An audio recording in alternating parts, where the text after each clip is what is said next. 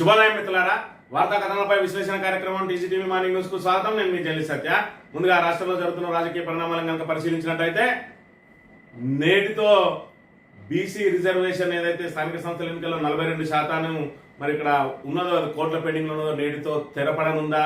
సుప్రీంకోర్టులో ఈరోజు విచారణ జరగనున్నది. సుప్రీంకోర్టు గైడ్ లైన్స్ ప్రకారం 50% మించకుండా రిజర్వేషన్ అమలు చేయాలని ఏదైతే ఉన్నదో మరి ఇక్కడ ఎన్నికల మేనిఫెస్టోలో ఎన్నికల హామీలో భాగంగా కామారెడ్డి డిక్లరేషన్ లో మరి ఇక్కడ ఏదైతే స్థానిక సంస్థల ఎన్నికల్లో అదేవిధంగా విద్యా ఉద్యోగాలలో బీసీలకు 42% కేటాయిస్తామని చెప్పి మరి అలవిగాని హామీని ఇచ్చిన రాష్ట్ర ప్రభుత్వం ఇక్కడ జీవో ఇచ్చి చేతులు దులుపుకోవడానికి ప్రయత్నం చేస్తా ఉన్నది. అందులో భాగంగా ఆల్రెడీ హైకోర్టులో సుప్రీంకోర్టులో మరి ఇక్కడ పిటిషన్లు పడ్డాయి. దాంతో మరి ఖచ్చితంగా 42% జీవో కొట్టేక తప్పదని న్యాయ నిపుణులు చెప్తున్న వేళ స్థానిక సంస్థల ఎన్నికలు జరుగుతాయా లేదా అని చెప్పి ఒకంత ఉత్కంఠ వాతావరణం నెలకొన్నది. ఏది ఏమైనా ఈ షెడ్యూల్ లేదంటే ఈ జీవో ద్వారా ఎన్నికలు జరిగే అవకాశం లేదు. ఖచ్చితంగా కోర్టులు కొట్టేస్తే, ఎందుకంటే సుప్రీంకోర్టు గైడ్ లైన్స్ ను సుప్రీంకోర్టు మనకు జీవో ద్వారా ఆ గైడ్ లైన్స్ ను అడ్డుకునే అవకాశం ఉంటే ప్రతి రాష్ట్రం కూడా జీవోలతో సుప్రీంకోర్టు తీర్పులన్నింటినీ కూడా అడ్డుకునే అవకాశం ఉంటాయి. కాబట్టి ఎట్టి పరిస్థితులలో 42% అమలు కాదు. ఇకపోతే మేము చిత్తశుద్ధితో 42% అమలు చేద్దామని చూస్తా ఉన్నాం. మరి ఇక్కడ మిగతా పక్షాలు అడ్డుపడతా ఉన్నాయని చెప్పి కాంగ్రెస్ ఏదైతే దొంగ నాటకం ఆడుతా ఉన్నదో రిజర్వేషన్ల విషయంలో అసలు కాంగ్రెస్ చిత్తశుద్ధి ఏందనేది ముందుగా మనం తెలుసుకోవాలి. ఇది స్వతంత్రానికి పూర్వం నుండి బీసీల అణచివేత విధానం అవలంబిస్తా ఉన్నది కాంగ్రెస్ పార్టీ అనే విషయాన్ని ముందుగా మనం అర్థం చేసుకోవాలి. మనం మహాత్మునిగా కొలిచేటువంటి మహాత్మా గాంధీ బీసీల రిజర్వేషన్ కు అడ్డుపడ్డాడు. ఏదైతే అంబేద్కర్ ఇటు బడుగు బలహీన వర్గాల ప్రతినిధిగా ఆ రోజు చర్చలలో పాల్గొంటే ఆయనను ఎస్సీలకే పరిమితం చేసిండ్రు. ఎస్సీలకే పరిమితం చేసి మరి ఇక్కడ నువ్వు ఎస్సీల తరపున మాత్రమే మాట్లాడాలి, బడుగు ఏదైతే బలహీన వర్గాలన్నిటి కూడా అంటే బీసీ కులాలన్నిటి కూడా ప్రతినిధిగా నువ్వు మాట్లాడద్దు, వాటి తరపున మేము మాట్లాడదామని గాంధీజీ ఆ రోజు అడ్డుకున్నాడు. మరి అదే విధంగా రాజ్యాంగంలో ఎస్సీ ఎస్టీలకు పొందుపరచబడ్డది. ఆ రోజున అసలు బీసీలు అంటే ఎవరంటే బ్యాక్వర్డ్ క్లాసెస్ ఎవరు అని అంటే ఇప్పుడు భారతదేశంలో మన దగ్గర ఎస్సీ ఎస్టీలుగా పిలువబడే వాళ్ళే మరి ఇక్కడ భారతదేశ వ్యాప్తంగా బ్యాక్వర్డ్ క్లాసెస్ గా మరి ఇక్కడ ఏదైతే వాళ్ళను పరిగణించబడతా ఉన్నారు. దాంతో మరి ఇక్కడ ఏదైతే ఆంగ్లేయులు మన భారతదేశాన్ని పరిపాలించిన సమయంలో అంటే హైదరాబాద్ కు తెలంగాణకు ఈ అంశానికి సంబంధం లేకుండా ఆ రోజు మనం నిజాం పాలనలో ఉన్నాం. అయినప్పటికీ ఆంగ్లేయులు భారతదేశాన్ని పరిపాలించే సమయంలో మరి ఇక్కడ ఎస్సీలకు ఎస్టీలకు కొంతవరకు రిజర్వేషన్ వ్యవస్థ అమలు జరిగేది. ఆ రోజునే మరి ఇక్కడ బీసీ కులాలకు కూడా రిజర్వేషన్ కావాలని ఆ పెరియార్ లాంటి వాళ్ళు పోరాటం చేసిన సమయంలో ఆయన ఏదైతే తమిళనాడులో లేని సమయంలో ఆ రోజున మరి అక్కడ ప్రజల అభిప్రాయం సేకరణ కోసం మరి ఇక్కడ బ్రిటిష్ ప్రభుత్వం ఒక కమిటీని వేయడం, ఆ రోజున పెరియార్ అక్కడ లేకపోవడం, దాంతో బీసీలకు తీవ్ర అన్యాయం జరిగింది. స్వతంత్రం వచ్చిన తర్వాత రాజ్యాంగంలో పొందుపరచడానికి ప్రయత్నం చేస్తే ఆల్రెడీ బీసీలు ఉన్నారు. ఎవరైతే ఎస్సీ ఎస్టీలుగా పరిగణించబడతా ఉన్నారో వాళ్ళనే బీసీలుగా పరిగణించింది. కాబట్టి ఆల్రెడీ బీసీలు ఉన్నారు కాబట్టి ఇంకా బీసీలకు రిజర్వేషన్ ఇవ్వాల్సిన అవసరం లేదు అని చెప్పి మరి ఇక్కడ ఆయనను అంబేద్కర్ ను కట్టడి చేసిండ్రు. ఆయన ఓబీసీల పేరుతోటి బీసీలకు ఏదైతే ఆ రిజర్వేషన్ కల్పించే అవకాశాన్ని రాజ్యాంగంలో పొందుపరిచిండ్రు. కానీ ఇక్కడ బీసీలకు అంబేద్కర్ కు అగాధం సృష్టించిండ్రు ఈ అగ్ర కులాలు లేదంటే బ్రాహ్మణ వర్గాలు అనే విషయాన్ని మనం ఇక్కడ గమనించాలి. ఇప్పటి వరకు కూడా అంబేద్కర్ అంటే బీసీలకు మరి ఇక్కడ చాలా కోపం ఉంటది. ఎందుకంటే అంబేద్కర్ అందరి వాడు అని మనం గమనించాల్సింది పోయి అంబేద్కర్ ఓన్లీ ఎస్సీలకే ప్రతినిధి అని చెప్పి ఏదైతే ఆ రోజున స్వతంత్రానికి పూర్వం ఆయనను ఎస్సీలకు పరిమితం చేసిండ్రో మనం దాన్నే నిజమని నమ్ముతా ఉన్నాం. కానీ అంబేద్కర్ ఎస్సీ ఎస్టీ బీసీలు మైనారిటీల కోసం ఆయన పోరాటం చేసిండు. ఆయన మరి ఇక్కడ రాజ్యాంగంలో పొందుపరచడానికి ప్రయత్నం చేస్తే ఆయనకు ఏదైతే ఎస్సీ ఎస్టీలను బీసీలుగా పరిగణిస్తా ఉన్నారో ఆల్రెడీ బీసీలకు రిజర్వేషన్ ఉన్నాయి కాబట్టి ఇంకా రిజర్వేషన్ అవసరం లేదన్నారు. ఆ తర్వాత బీసీ రిజర్వేషన్ల కోసం ఉద్యమాలు జరిగినాయి. ఆ ఉద్యమాల సమయంలో 1950లో రాజ్యాంగం ఏదైతే అమల్లోకి వచ్చిందో దాని తర్వాత ఎస్సీ ఎస్టీలకు చట్టబద్ధంగా రిజర్వేషన్ అమలైతే బీసీలకు రిజర్వేషన్ లేకపోతే అప్పుడు బీసీల కోసం మరి రిజర్వేషన్ పోరాటాలు జరిగితే 1953లో మరి ఆ రోజున ఏదైతే కాంగ్రెస్ ప్రభుత్వం ఇక్కడ బీసీ రిజర్వేషన్ కోసం కాలేకర్ కమిషన్ వేసింది. అది 1955లో నివేదిక ఇస్తే ఆ నివేదికను తొక్కిపెట్టింది. మరి ఇక్కడ కాంగ్రెస్ ప్రభుత్వం ఏదైతే దేశాన్ని ఏలుతున్నటువంటి కాంగ్రెస్ ప్రభుత్వం తొక్కిపెట్టింది. ఆ తర్వాత మళ్ళీ ఉద్యమం ప్రారంభమైంది. 1979లో మళ్ళీ ఇందిరాగాంధీ బీసీ రిజర్వేషన్ అమలు సాధ్యాసాధ్యాలు ఏ విధంగా ఇవ్వాలని చెప్పి మరి ఇక్కడ మండల్ కమిషన్ వేసింది. ఆ మండల్ కమిషన్ ఆ రోజున బీజేపీ కూడా తీవ్రంగా వ్యతిరేకించింది.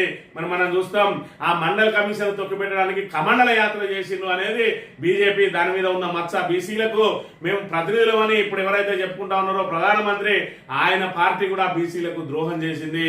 మండల్ కమిషన్ నినాదాన్ని బయటకు రాకుండా కమండల యాత్ర చేసి బీజేపీ అడ్డుకున్నది. మండల్ కమిషన్ సిఫార్సును బయటికి రాకుండా ఇందిరాగాంధీ ప్రభుత్వం అడ్డుకున్నది. ఆ తర్వాత విపి సింగ్ ప్రభుత్వం వచ్చిన తర్వాత మరి ఇక్కడ 1990లో బీసీలకు రిజర్వేషన్లు అమలవుతున్నాయి. మరి ఇక్కడ ఆల్రెడీ బీసీలు అంటే ఎస్సీ ఎస్టీలు ఉన్నారు కాబట్టి ఓబీసీ పేరుతోటి అమలవుతున్నాయి. మన రాష్ట్రాల్లో మాత్రమే మనం ఎస్సీ ఎస్టీలు అంటున్నాం కాబట్టి మనం బీసీ రిజర్వేషన్లు అంటున్నాం. ఓవరాల్ గా ఇండియాలో చూసుకున్నట్టయితే మనం ఎందుకు ఓబీసీ అంటున్నాం అంటే ఆల్రెడీ ఎస్సీ ఎస్టీలను బీసీలుగా పరిగణిస్తారు కాబట్టి మనలా ఏదైతే బడుగు బలహీన వర్గాల అన్నింటినీ కూడా ఓబీసీగా పరిగణిస్తా ఉన్నారు. అప్పటి నుండి మరి ఇక్కడ రిజర్వేషన్ అమలవుతున్నది. కానీ మరి ఇక్కడ చట్టసభల్లో రిజర్వేషన్ గురించి ఎవరు కూడా ప్రస్తావించలేదు. అది కేవలం విద్యా ఉద్యోగాల నుంచి ప్రారంభమై చివరికి స్థానిక సంస్థలకు చేరింది. స్థానిక సంస్థల విషయంలో కూడా అదేవిధంగా విద్యా ఉద్యోగాల్లో కూడా ప్రతిసారి మరి రిజర్వేషన్లు సవరించే సమయంలో దానికి ఒక డెడికేషన్ కమిషన్ వేసి ఆ కమిషన్ సిఫార్సుల మేరకే చేయాలి. అది కూడా ఎస్సీ ఎస్టీల రిజర్వేషన్ వాళ్ళ జనాభా ప్రాతిపదికన ఉంచి మిగతా రిజర్వేషన్లు ఏవైతే మీరు ఓబీసీకి ఇచ్చుకుంటారో వాటిని 50% మించకుండా చేయాలని చెప్పి సుప్రీంకోర్టు స్పష్టమైన తీర్పునిచ్చింది. మరి తమిళనాడులో ఇప్పుడు 69% రిజర్వేషన్ అమలవుతున్నది. అప్పుడున్న జయలలిత మరి ఇక్కడ ముఖ్యమంత్రిగా ఉన్నటువంటి జయలలిత గారు ఏదైతే పార్లమెంటులో ఒత్తిడి తీసుకొచ్చి 9th షెడ్యూల్లో చేర్చి మరి ఇక్కడ చట్ట సవరణ చేయించింది పార్లమెంట్ లో. దాంతో చట్టబద్ధంగా తమిళనాడులో అమలవుతున్నది. దాని ద్వారానే తమిళనాడులో ఏ విధంగా అయితే అమలవుతున్నదో తెలంగాణలో మేము అమలు చేసి చూపిస్తామని చెప్పి రేవంత్ రెడ్డి ప్రభుత్వం ఈ రోజు బీసీలను మోసం చేసింది. 42% అమలు చేసే బాధ్యత మాది అని చెప్పి ఆ సూర్యుడు ఇటు మొలిచినా ఈ చంద్రుడు అటు మొలిచినా 42% ఇచ్చి తీరుతామన్నారు. ఇవాళ జీవో ఇచ్చి చేతులు దులుపుకుంటా ఉన్నారు. జీవోకు చట్టబద్ధత లేదు. ఖచ్చితంగా 9th షెడ్యూల్లో చేర్చి అక్కడ పార్లమెంట్ లో ఆమోదం పొందాలి. మరి పార్లమెంట్ లో ఆమోదం పొందాలంటే వీళ్ళ పార్టీ అక్కడ లేదు అధికారంలో. కానీ వీళ్ళ నాయకుడు ప్రతిపక్ష నాయకుడు అక్కన్నాడు. హామీ ఇచ్చిన రాహుల్ గాంధీ గారు స్వయంగా అక్కడ పార్లమెంట్ లో ఉన్నారు. ఆయన చేతిలో 200కు పైగా ఎంపీ స్థానాలున్నాయి. మరి ఆయన మద్దతు ఇచ్చే ఇండి కూటమి అంతా కూడా మరి ఈ కూటమి అంతా తెలంగాణలో 42% మరి ఇక్కడ అమలు చేస్తామని మేము హామీ ఇచ్చినాం. వాళ్లకు అమలు చేసి తీరాలని చెప్పి ఒక్క రోజన్నా రాహుల్ గాంధీ పార్లమెంట్ లో బీసీ రిజర్వేషన్ల గురించి మాట్లాడింది అర్థం చేసుకోవాలి. ఇవాళ కాంగ్రెస్ మేము చిత్తశుద్ధితో ఉన్నామనంటే జంతర్ మంతర్ దగ్గర పోయి ధర్నా చేసింది. కానీ పార్లమెంట్ లో ఒక్కరోజు గలం ఎందుకు విప్పలేదో అర్థం చేసుకోవాలంటే కాంగ్రెస్ కు చిత్తశుద్ధి లేదు. ఇలా బీసీల రిజర్వేషన్లను అడ్డుకున్నది నాటి గాంధీ నుంచి మొదలు పెట్టుకుంటే నేటి రాహుల్ గాంధీ వరకు వీళ్ళే కారణం తప్ప ఇవాళ ఏదో మిగతా పార్టీల మీద నెప్పనెట్టే ప్రయత్నం చేయొద్దు. ఆల్రెడీ బీజేపీ కూడా అడ్డుకున్నది. మండల్ కమిషన్ సిఫార్సుల సమయంలో కమండల యాత్ర చేసి అది కూడా బీసీ రిజర్వేషన్లను అడ్డుకున్నది.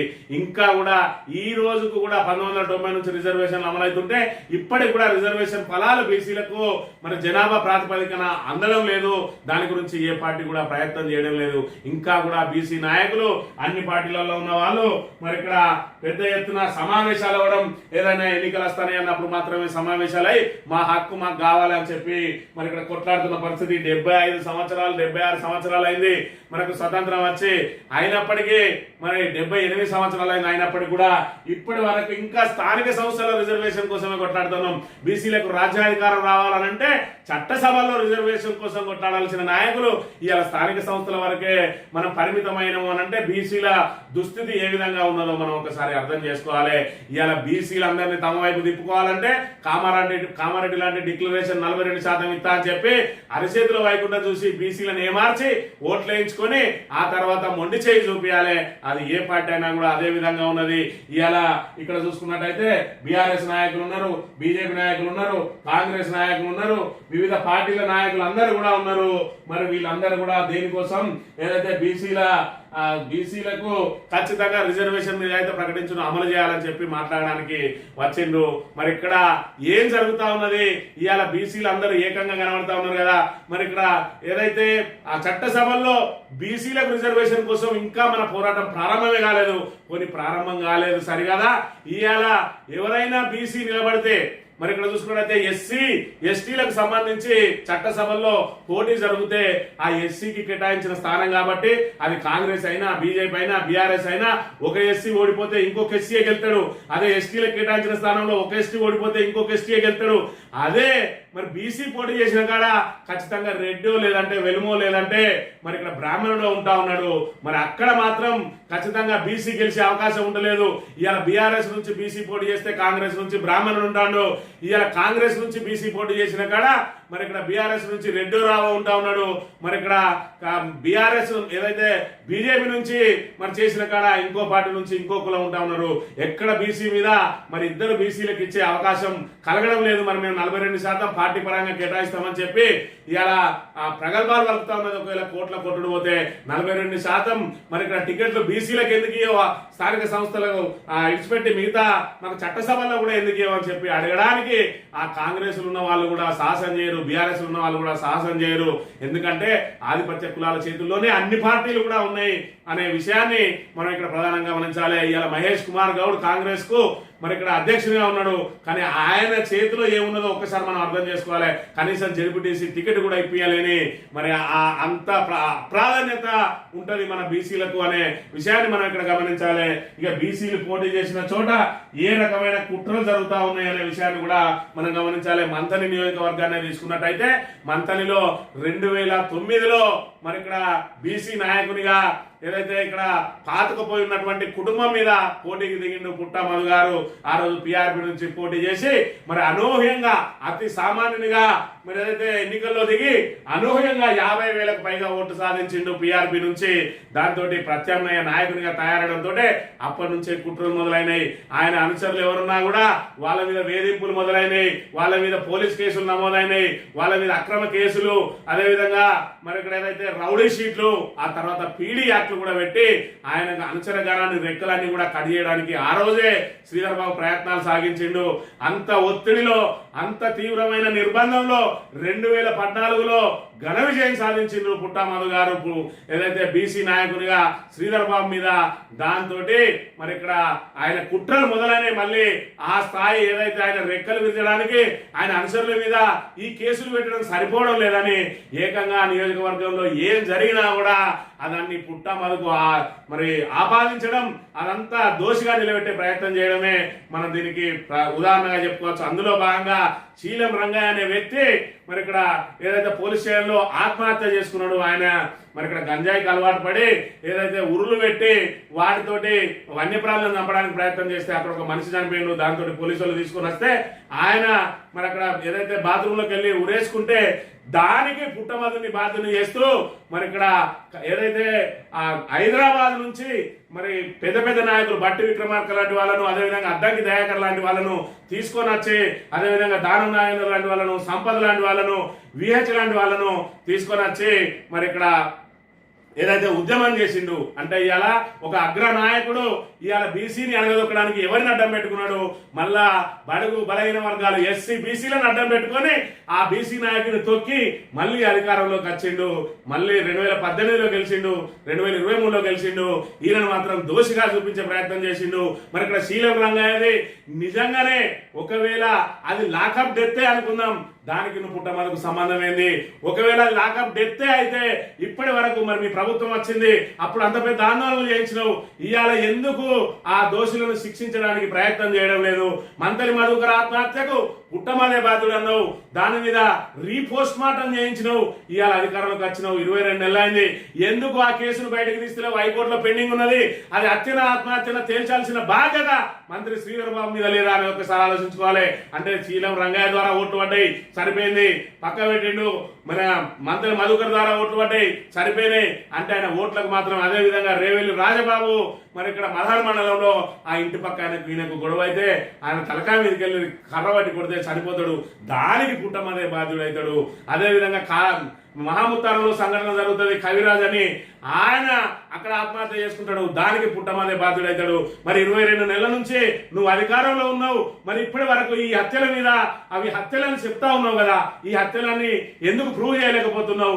ఆత్మహత్యలను వాడుకొని ఈ రకంగా ఒక బీసీ నాయకుని అడగదొక్కడానికి ఎవరిని వాడుకున్నాడు? మంత్రి శ్రీధర్ బాబు మళ్ళీ తీసుకొచ్చి అద్దంకి దయాకర్ ను, విహెచ్ ను, అదే విధంగా చూసుకున్నట్టయితే దానం నాగేందర్ ను, ఇట్లా ఒక టీమే బస్సునే పట్టుకొచ్చిండు. ఏదైతే అద్దె ఉద్యమాలు చేయించిండు, వాళ్ళకు డబ్బులు ఇచ్చి దళిత సంఘాలు లోకల్లో ఉన్న వాళ్ళని పక్క పెట్టి హైదరాబాద్ నుంచి తన ఇన్ఫ్లుయెన్స్ అంతా వాడి వాళ్ళందరికీ డబ్బులు ఇచ్చి కృత్రిమ ఉద్యమం చేయించిండు. ఏదైతే మీడియా అంతా కూడా మేనేజ్ చేసి ఆ మీడియాను పట్టుకొచ్చి పెద్ద ప్రాపగండ చేసిండు. ఇవాళ బీసీ నాగదొక్కడానికి బీసీలనే వాడుకున్నాడు. మరి నిన్నటి రోజున సమావేశం జరిగింది, అందులో కుండ మొదలు పెట్టినట్టు చెప్పిండు పుట్టా మధుకర్ గారు. మరి ఇక్కడ అద్దంకి దయాకర్ గారు కూడా వాస్తవాన్ని అంగీకరించిన విషయాన్ని ఒకసారి మనం ఇక్కడ చూడాలి. ఇవన్నీ కూడా జరుగుతా ఉన్నాయి. ఎందుకు చెప్తా ఉన్నానంటే ఇక్కడ ఏం చెప్తే మన వాళ్ళ మీద మనల్ని పోటీ పెడతారు. నా మీదకి అయితే యుద్ధానికి ఈ హైదరాబాద్ నుంచి మీ హనుమంతరావు గారు వచ్చారు, మా దానం నాగేందర్ గారు వచ్చారు, నాకు నేను దయాకరాన్ని కూడా వచ్చి సార్ అయితే దయాకరాన్ని వచ్చింది, బట్టి విక్రమార్క గారు వచ్చారు. అక్కడ ఎవరి మీద పోరాటం జరుగుతుందని ఎవరు ఆలోచిస్తలేదు. ఇవాళ కూడా జరుగుతూ ఉందా? ఇది ఇవాళ బీసీలకు సంబంధించి సమస్య వచ్చిందనగానే మరి ఇక్కడ అందరు కూర్చున్నారు. వీళ్ళు ఎవరైనా కూడా వాళ్ళకు మరి ఇక్కడ ఉద్యమకారుడు అద్దంకి దయాకర్ ఎమ్మెల్సీ వచ్చింది, మరి ఇక్కడ ఆర్ కృష్ణయ్య బీసీల ఉద్యమే ప్రాణంగా మరి పోరాటం చేస్తా ఉన్నాడు, ఆయనకు రాజ్యసభ వచ్చింది. మరి ఇక్కడ బీసీలకు ఏమొచ్చింది? గదే ఇంకా 30 ఏళ్ళు దాటినా కూడా ఇంకా మాకు రిజర్వేషన్ 42% చేయవని చెప్పి కేవలం స్థానిక సంస్థలలో రిజర్వేషన్ కోసమే మరి కొట్లాడతాను తప్ప మనకు చట్టసభల్లో రిజర్వేషన్ ఎప్పుడు వస్తుంది? ఈ కాంగ్రెస్ ప్రభుత్వం, ఈ మిగతా పార్టీలన్నీ కూడా, మిగతా ప్రభుత్వాలన్నీ కూడా స్థానిక సంస్థలలోనే జనాభా ప్రాతిపదికన మనకు రిజర్వేషన్ ఇవ్వడానికి అంగీకరించడం లేదే. మరి చట్టసభలో మనకి ఎన్నడూ రిజర్వేషన్ వస్తుంది? మనకెన్నడూ రాజ్యాధికారం వస్తుంది? మరి ఇలాంటి బీసీలు నిలబడ్డ చోటనైనా కనీసం అందరం కూడా ఖచ్చితంగా బీసీలు నిలబడ్డ కాడ పార్టీలకు అతీతంగా మనందరం బీసీలకే ఓట్లు వేసుకోవాలని చెప్పి ఒక తీర్మానం చేసుకున్నట్టయితే ఖచ్చితంగా మన జనాభా ప్రాతిపదికన పార్టీలు మనకు సీట్లు ఇయ్యాయా ఒక్కసారి ఆలోచన చేయాలి. ఇంకా కూడా మనం ఎదుటి వాళ్ళ ప్రాపకం పొందడం కోసం ఇవాళ మన వాళ్ళ మీద మనమే దాడులకు పాల్పడతా ఉన్నాం, తిట్టదండకానికి పాల్పడతా ఉన్నాం. ఇక ఇక్కడ మంత్రి నియోజకవర్గంలో చూసుకున్నట్టయితే కేవలం కుక్కకు బిస్కెట్ వేసినట్టు మార్కెట్ కమిటీ చైర్మన్ పదవో లేకపోతే ఎంపీటీసీ టికెటో జెడ్పీటీసీ టికెటో ఇస్తా అనగానే ఇవాళ బీసీలు అందరూ కూడా మరి ఇక్కడ నోటికి వచ్చినట్టు కాంగ్రెస్ బీసీలు నోటికి వచ్చినట్టు పుట్టమద మీద దుర్భాషలు ఆడుతా ఉన్నారు. సిగ్గునరా? మీరు మనుషులా? మీకు బుద్ధునరా? అన్నం తింటారా? గడ్డి తింటారా? ఒక్కసారి ఆలోచన చేసుకోవాలి. ఇవాళ ఒక బీసీ నాయకుడు మన నియోజకవర్గం నుంచి ఎమ్మెల్యే స్థాయికి ఎదిగి ఒకసారి ఎమ్మెల్యే అయిండు. ఇవాళ ఇక్కడ అగ్రకులం అంటే భారతదేశంలోనే అత్యంత అగ్రకులం ఇవాళ ఆ బ్రాహ్మణుని మీద పోటీ పడి ఇవాళ బీసీగా నియోజకవర్గానికి అనేక పనులు చేసి పెట్టిండు. ఇవాళ నెంబర్ 2గా చలామణి అవుతున్న శ్రీధర్ బాబు ఏం చేస్తా ఉన్నాడు? 22 నెలలు అయింది. ఈ పెద్దపల్లి నుంచి మంత్రిని ఈ రహదారి బీఆర్ఎస్ నిధులు ఇచ్చిన దాన్ని కూడా పూర్తి చేయలేకపోయిండు. ఒడేడు బ్రిడ్జి దగ్గర వేయండు, ప్రగల్భాలు పలికిండు. ఈ బ్రిడ్జి మొత్తం కూలిపోయింది, ఇదంతా నాశరకంగా ఉన్నది, దీని మీద మొత్తం నేను విచారణ చేయించి చర్యలు చేపట్టి వెంటనే బ్రిడ్జి పూర్తి చేస్తా అన్నాడు. ఇప్పటి వరకు దాని మీద ఒక ఇటుక పెట్టింది లేదు, ఆ బ్రిడ్జి పనులు ప్రారంభమైంది లేదు. సోమన్పల్లి బ్రిడ్జి ఇంకా కూడా మరి దాని మరమ్మతులు చేస్తూనే ఉన్నాడు. చిన్న కాళేశ్వరం సంవత్సరంలో పూర్తి చేస్తాడు. 22 నెలలు అయింది. ఏమైంది? నీ మంత్రి పదవి ఎవరి కోసం? రాగానే ఇసుక లారీలు అన్ని ఆపేస్తా, మన తాత ముత్తాతల ఆస్తులన్నీ మరి ఇక్కడ వనరులన్నీ దోపిడీ గురైతాయి అన్నాడు. అంటే ఇక్కడ పుట్టమాదు అధికారంలో ఉంటే మీ తాత ముత్తాతల ఆస్తులు దోపిడీ అని. అసలు ప్రజలందరూ ఏమనుకున్నారంటే మీ తాత ముత్తాతల ఆస్తులన్నీ మరి దోపిడీ గురైతాయి అంటే అవన్నీ ప్రజలాస్తి అనుకున్నారు. కానీ ఇప్పుడు ఏమనుకుంటా ఉన్నారంటే ఓహో శ్రీధర్ బాబు తాత ముత్తాతల ఆస్తులా, అందుకని ఇప్పుడు ఆయన కొట్టబోతాడు. మరి వందలాది లారీలు నిత్యం పెట్టి మరి ఇక్కడ ఇసుక క్వారీలు అన్నింటినీ కూడా ఇసుకను తరలించకపోతాడు. 2 రోజులలో ఆపివేయిస్తా అన్నాడు. ఏది నీ ఆపేయించు అంటే వాళ్ళ తాత ముత్తాతలే కదా, ఎందుకంటే వాళ్ళు ఇక్కడ మరి జామీందారులు కాబట్టి వాళ్ళ తాత ముత్తాతలు ఆస్తే ఆయనే దోచుకోపోతా ఉన్నాడు. ఇవాళ మొత్తం ఒక్కడు కూడా మాట్లాడతలేడు, నోరు మూసుకున్నారు. ఇవాళ మీడియా మంత్రులు అయితే మీడియా చచ్చిపోయింది. ఆ మీడియాకు చెవులు లేవు, కళ్ళు లేవు. శ్రీధర్ బాబుకు దాసోహం అవడు తప్ప ఒక్కరికి కూడా నోరు లేదు. ఇగో ఇటువంటి దుస్థితిలో ఇవాళ మంత్రిని కొనసాగుతారు. కొనసాగుతూ ఉంటే, మంత్రిలో పాలన కొనసాగుతూ ఉంటే ఈ కుహనా బీసీ వాదులు, కుహనా ఎస్సీ ఎస్టీలు మళ్ళీ పుట్టమాల మీదకి దాడి కోసం ఉరికొస్తారు. అలా వాస్తవాలు కూడా తెలుసుకోరు. మరి అక్కడ ఏం జరిగిందనేది మంత్రి మధుకర్ విషయంలో మరి ఇక్కడ ఏదైతే కృష్ణ మరి ఆయన వచ్చిండు, ఆయన వచ్చి ఆయన కూడా వాళ్ళ కోసం ప్రయత్నం చేసిండు. ఏదైతే ఆ మీడియాలో వచ్చిన కథనాలు చూసి నేను కూడా వచ్చిన అన్నాడు. ఆ తర్వాత తెలిసింది ఆయనకు ఇదంతా కూడా తప్పు అని చెప్పి ఇప్పుడు ఆయన పుట్టమదును బీసీ లీడర్ గా మరి ఇక్కడ 100% స్వాగతిస్తా ఉన్న పరిస్థితిని మనం ఇక్కడ ప్రధానంగా చూడాలి. ఈ రకంగా ఒకరి తర్వాత ఒకరు రియలైజ్ కావాలి. నిన్న రోజున అద్దంకి దయాకర్ కూడా రియలైజ్ అయ్యిండు.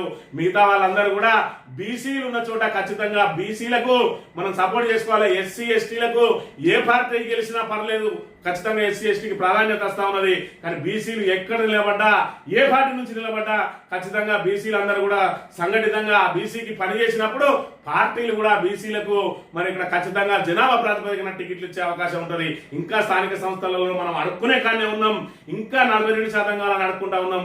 ఇంకా మనం ఎన్నడూ రాజ్యాధికారం కోసం ప్రయత్నం చేస్తాం, ఎన్నడూ మనం చట్టసభల్లో మన వాటా మనం తీసుకోగలుగుతాం. ఒక్కసారి ఆలోచన చేసుకోవాలి. దీనికి మొత్తానికి బీసీలకు విలన్ ఎవరా అంటే ఖచ్చితంగా కాంగ్రెసే. నాటి ఇందిరాగాంధీ నుంచి మొదలుకొని నాటి ఏదైతే మరి స్వాతంత్రానికి పూర్వం ఇవాళ గాంధీ పేరు మీద నడుస్తా ఉన్నది కాంగ్రెస్ అని చెప్పి మరి ఇందిరాగాంధీ, సోనియా గాంధీ, రాహుల్ గాంధీ, రాజీవ్ గాంధీ, ప్రియాంక గాంధీ, ఈ గాంధీలందరూ కూడా గాంధీకి వీళ్ళకి ఏం సంబంధం లేకుండా ఎందుకు గాంధీ పెట్టుకుంటా ఉన్నారంటే గాంధీని ఒక గొప్ప జాతిపిదగా కీర్తించి ఆయనను చూపించి ఆయన వారసత్వాన్ని వీళ్ళు పుణికిపుచ్చుకున్నారు. ఆ గాంధీ కూడా బీసీలకు అన్యాయం చేసింది ఆ రోజున.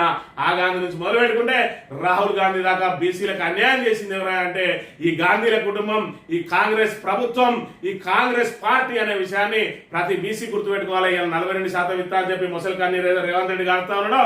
నిజంగా రేవంత్ రెడ్డికి 42% అమలు చేయాలని ఉన్నా రాహుల్ గాంధీ చేయనీయడు అనే విషయాన్ని అర్థం చేసుకోవాలి.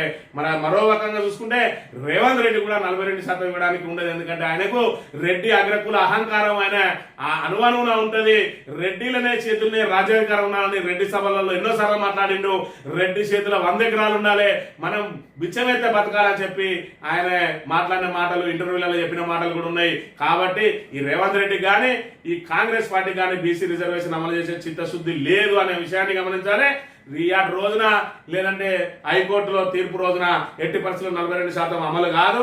ఇదంతా కాంగ్రెస్ ఆడిన డ్రామా తప్ప, బీసీలను ఏమార్చే కుట్ర తప్ప వాళ్ళకి చిత్తశుద్ధి లేదనేది కూడా అందరూ అర్థం చేసుకోవాలి.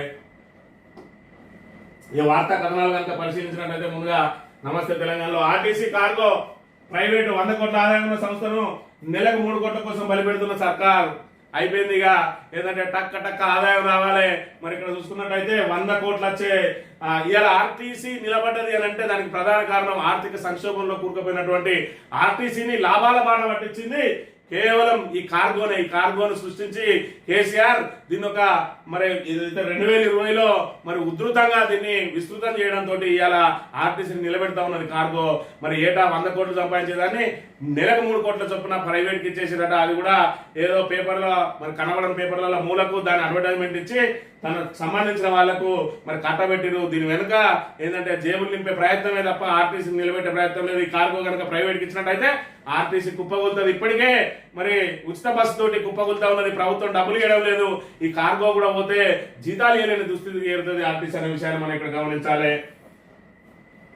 ఇక హైడ్రా ఐ డోంట్ కేర్ సవాలు విసిరిన ఎమ్మెల్యే గారిని తొలగించిన చోట తిరిగి ఫెన్సింగ్, పేదల ఇల్లు నిర్దాక్షిణ్యంగా కూల్చే రంగనాథ్ ఇదంతా కనిపిస్తలేదా? గాజుల రామారావు కూల్చివేతల హైడ్రామాపై మండిపడుతున్న స్థానికులు. గాజుల రామారానికి సంబంధించి 36,000 కోట్ల భూమిని మేము మరి ఇక్కడ దాన్ని కాపాడినామని చెప్తా ఉన్నాడు.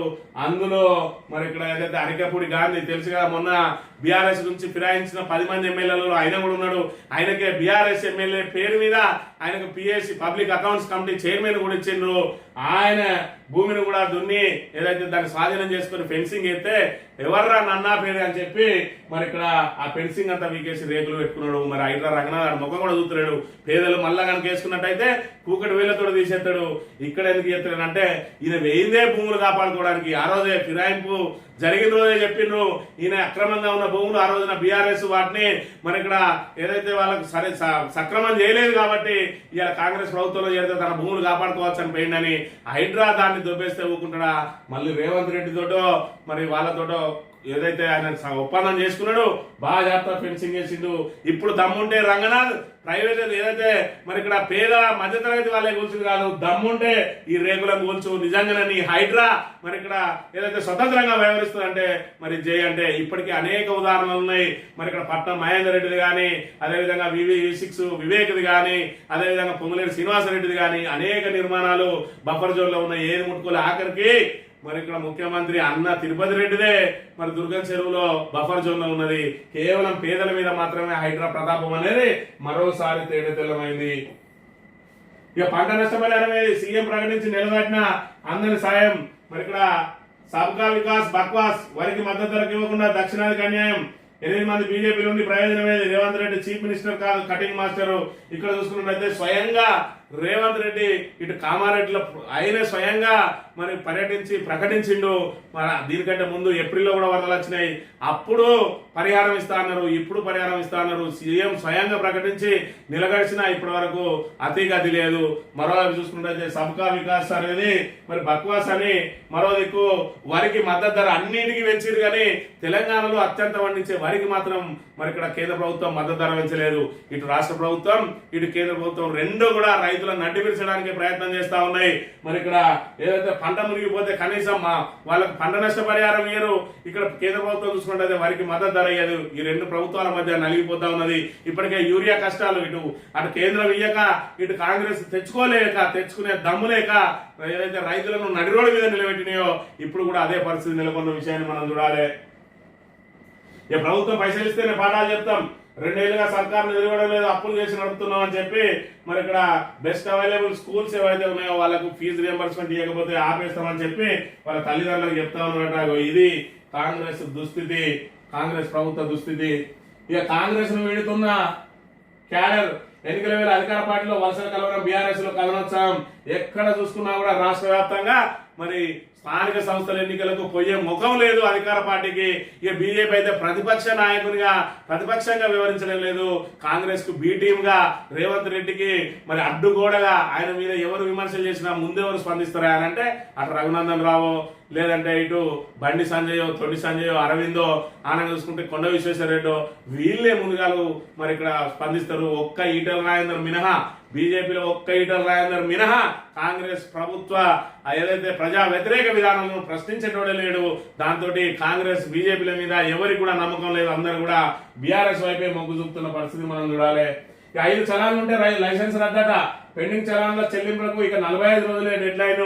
పెండింగ్ చలాన్లు ఏవైతే ఉన్నాయో అవి 5 చలాన్ల కంటే మించుంటే మరి ఇక్కడ లైసెన్స్ రద్దు చేస్తామని చెప్పి రవాణా శాఖ చెప్తున్న పరిస్థితిని మనం ఇక్కడ చూడాలి. ఇక 1వ తేదీనే మేము మరి అందరికి కూడా జీతాలు ఇస్తామని చెప్పి ఏదైతే ప్రభుత్వం గొప్పలు చెప్పుకుంటా ఉన్నదో ఇక్కడ కాంట్రాక్ట్ టీచర్లు, అదేవిధంగా TSW, RTU వాళ్ళట, అదేవిధంగా రెమ్యునరేషన్ కోసం 6 నెలలుగా ఇంటర్ ఎగ్జామ్స్ డ్యూటీ చేసిన ఎవరైతే వాళ్ళు ఇన్విజిలేటర్స్ ఉంటారో వాళ్ళందరికీ కూడా కనీసం వాళ్ళకు రెమ్యునరేషన్ కూడా ఇవ్వకుండా ప్రభుత్వం వేధిస్తున్న పరిస్థితి. పేరుకు మాత్రం ప్రజాప్రభుత్వం ఉంటది. ఈ విధంగా ఎవరికి వాళ్ళను వేధిస్తూనే ఉంటదనే విషయాన్ని మనం ఇక్కడ చూడాలి. నిన్న రోజున ఎన్నికల సంఘం అభ్యర్థులకు సంబంధించిన మరి ఖర్చుకు సంబంధించిన పరిమితిని చెప్పింది. సర్పంచ్లు 2.5 లక్షల కంటే ఎక్కువ ఖర్చు చేయద్దట. జడ్పీటీసీ అభ్యర్థులు 4 లక్షలు, ఎంపీటీసీ 1.5 లక్షలు. అవి కూడా 45 రోజులలో ఖర్చుల వివరాలు చెప్పకపోతే అనర్హత వేటేస్తామని చెప్పి నిన్న మార్గదర్శకాలు విడుదల చేసిన అంశాన్ని కూడా మనం చూడవచ్చు. ఇక కోటా ఉత్కంఠ. స్థానిక ఎన్నికల్లో బీసీలకు 42% రిజర్వేషన్లపై నేడు సుప్రీంకోర్టు విచారణ. ఇది ఎట్టి పరిస్థితులలో 50% మించద్దన్నారు కాబట్టి ఎట్టి పరిస్థితుల్లో అమలయ్యే అవకాశం లేదు. ఇది కాంగ్రెస్ చేసిన బక్వాసు, ఇవాళ కాంగ్రెస్ చేసిన మోసం. ఇవాళ బీసీలనే కాదు, ఇవాళ ఎన్నికల పేరుతోటి తెలంగాణ వ్యాప్తంగా ఉన్నటువంటి గ్రామీణ ఓటర్లందరినీ కూడా మోసం చేసి ఒక గందరగోళానికి గురి చేసి ఇవాళ గందరగోళ పరిస్థితులు సృష్టించింది. కాంగ్రెస్ కు బీసీ రిజర్వేషన్ మీద చిత్తశుద్ధి లేదు. ఇవాళ ఉన్న రాహుల్ గాంధీ కాదు, ఆ రోజు ఉన్న నిజమైన గాంధీకే మరి చిత్తశుద్ధి లేదు. ఆ గాంధీ నుంచి మొదలుకుంటే రాహుల్ గాంధీ రాక ఎవరికి చిత్తశుద్ధి లేదనే విషయాన్ని మనం ఇక్కడ గమనించాలి. ఆర్టీసీ బస్సుల్లో సీట్ బెల్ట్, డ్రైవర్ తో పాటు ముందు సీట్లో కూర్చున్న వారు ధరించడం తప్పనిసరి ఆదేశాలు జారీ చేసిన ఆర్టీసీ ఉన్నతాధికారులు యుద్ధ ప్రాతిపదికన బెల్టులు ఏర్పాటు చేసిన ఆర్టీసీ ఉన్నతాధికారులు యుద్ధ ప్రాతిపదికన బెల్టులు ఏర్పాటు చేస్తున్న డిపో మేనేజర్లట. మంచిదే, మంచి పరిణామమే. ఆర్టీసీ డ్రైవర్లు కూడా ఎవరైనా డ్రైవ్ చేసే వాళ్ళు ఖచ్చితంగా సీట్ బెల్ట్ ఉండాలి. అదేవిధంగా ముందు వరుసలో కూర్చున్న వాళ్ళు కూడా మరి ఇక్కడ సీట్ బెల్ట్ పెట్టుకోవాల్సిన అవసరం ఉంటుందనే విషయాన్ని మనం ఇక్కడ గమనించాలి. ఆంధ్రజ్యోతి విషయానికి వస్తే ఆంధ్రజ్యోతిలో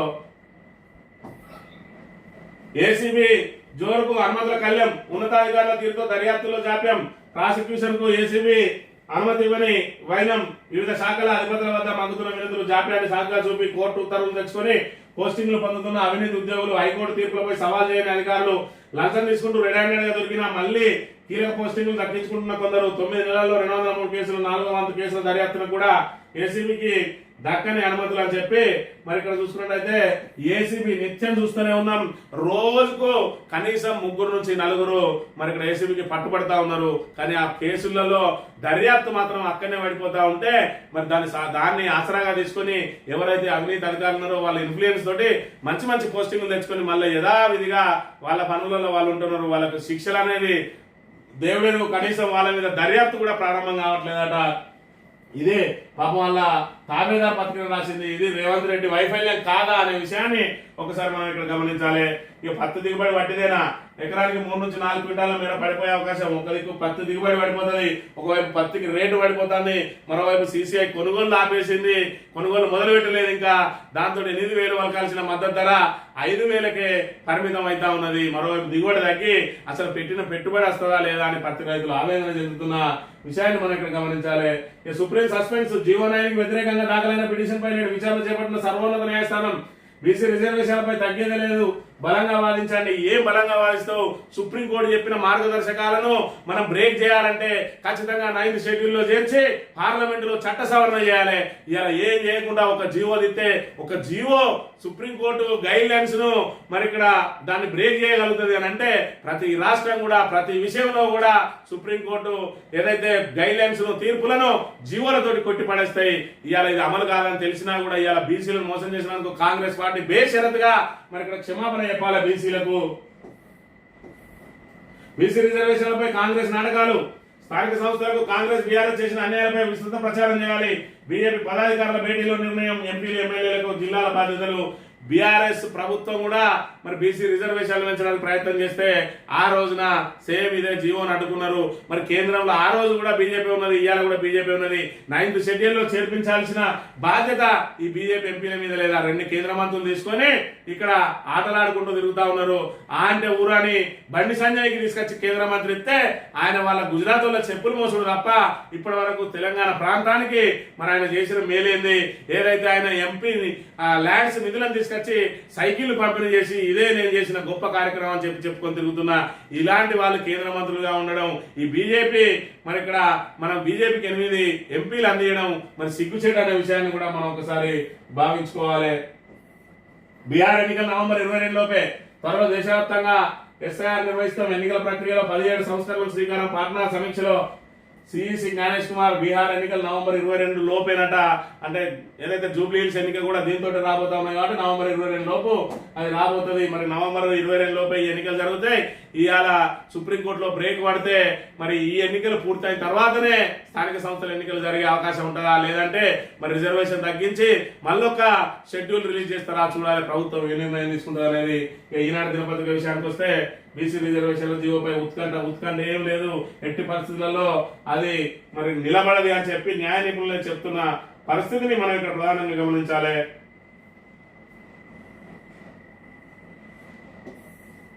బీసీలకే జూబ్లీ హిల్స్ కాంగ్రెస్ టికెట్ 4 పేర్లతో పిసిసి ప్రతిపాదనలో నేడు రేపు అభ్యర్థి ప్రకటించనున్న ఏఐసిసి నవీన్ యాదవ్ ను ఎంపిక చేసే అవకాశం ఉందా? ఈ నవీన్ యాదవ్ ఎవరంటే మొన్న ఎంఐఎం తరఫున జూబ్లీ హిల్స్ నుంచి పోటీ చేసిండు. ఆయన మరి అందరికి చిరపరిస్థితి అని చెప్పి ఆయనను పెడతా అంటాను. మరోవైపు దాననాయన నాగాలంటాను. అంజన్ కుమార్ యాదవ్ అయితే ప్రచారం స్టార్ట్ చేసిండు. ఇక స్థానికులకే టికెట్ అంటే మళ్ళీ అజరుద్దీన్ పేరు తెర మీదకి వచ్చింది. అదేవిధంగా బొంతు రామ్మోహన్ మరి ఇక్కడ ఏదైతే కన్న తల్లి పాలు దాగి రొమ్ము గుద్దిన చందంగా బీఆర్ఎస్ లో అన్ని రకాల పదవులు అనుభవించి బీఆర్ఎస్ లో అగ్రనేతగా చెలామని బీఆర్ఎస్ ద్వారా వెలుగులోకి వచ్చి ఇక కాంగ్రెస్ పార్టీలో చేరితే ఆ కాంగ్రెస్ పార్టీలో ఇవాళ జూబ్లీ టికెట్ ఆశిస్తాను కానీ ఆయన పేరు కనీసం పరిశీలన కూడా లేదు అని చెప్పి తెలుస్తున్న పరిస్థితిని మనం ఇక్కడ చూడాలి. ఇక ఏ రోడ్డు చూసినా ఏమున్నది గర్వకారణం. హైదరాబాద్ లోని రోడ్లపై 30,000 గుంతలు. రాష్ట్ర వ్యాప్తంగా 1009 కిలోమీటర్ల దెబ్బతిన్న ఆర్ఎండ్బి రోడ్లు మరమ్మతులకు అధికారుల మీనమేషాలు, భారీ వర్షాలు, నిర్మాణంలో లోపాలే కారణం, నిర్మాణంలో లోపాలు ఒకవైపు కారణం, అధికారులు మీనమేషాలు లెక్కపెట్టడం, అధికారులకు కనీసం నిధులు కేటాయిస్తే కదా ఆ అధికారులు ఈ రోజున మరి అక్కడ దానికి ఏదైతే పనుల మరమ్మతులకు దానికి సంబంధించిన ప్రణాళికలు రూపొందించడం, దానికి సంబంధించిన టెండర్ల రూపకల్పన చేయాలంటే ప్రభుత్వం నిధులు విడుదల చేయాలి కదా. మరి అలా చూసుకున్నట్టయితే ఈ తాబేదార్ పత్రికలు అధికారుల మీద నిబంధన కాంగ్రెస్ ను రేవంత్ రెడ్డిని కాపాడే ప్రయత్నం చేస్తా ఉన్నాయి. ఏది ఏమైనా ఇవాళ అసమర్థ ప్రభుత్వం ద్వారా ఏ వర్గం కూడా సంతోషంగా లేదు. ఆఖరికి ఇవాళ ఎన్నికల పేరుతోటి కూడా గందరగోళం సృష్టించి మరి ఇక్కడ తెలంగాణ గ్రామీణ ప్రాంత ప్రజలను ఆందోళనకు గురి చేస్తున్నటువంటి ఈ కాంగ్రెస్ పార్టీ బీసీలను మోసం చేసింది. ఆ గాంధీ నుంచి రాహుల్ గాంధీ వరకు మొత్తం కూడా బీసీ మరి ఇక్కడ పూర్తిగా బీసీలను నాశనం చేసింది వీళ్ళే. వీళ్ళకి బీసీల మీద చిత్తశుద్ధి లేదు, రిజర్వేషన్ల మీద చిత్తశుద్ధి లేదు. కేవలం కాన్స్టిట్యూషన్ పట్టుకొని ప్రజలను మోసం చేయడానికి తిరుగుతా ఉన్నారు మన రాహుల్ గాంధీ అనే విషయాన్ని అర్థం చేసుకోవాలని కోరుతూ ఇది ఈ రోజు మార్నింగ్ న్యూస్. తిరిగే వెళ్తాం. Thank you very much.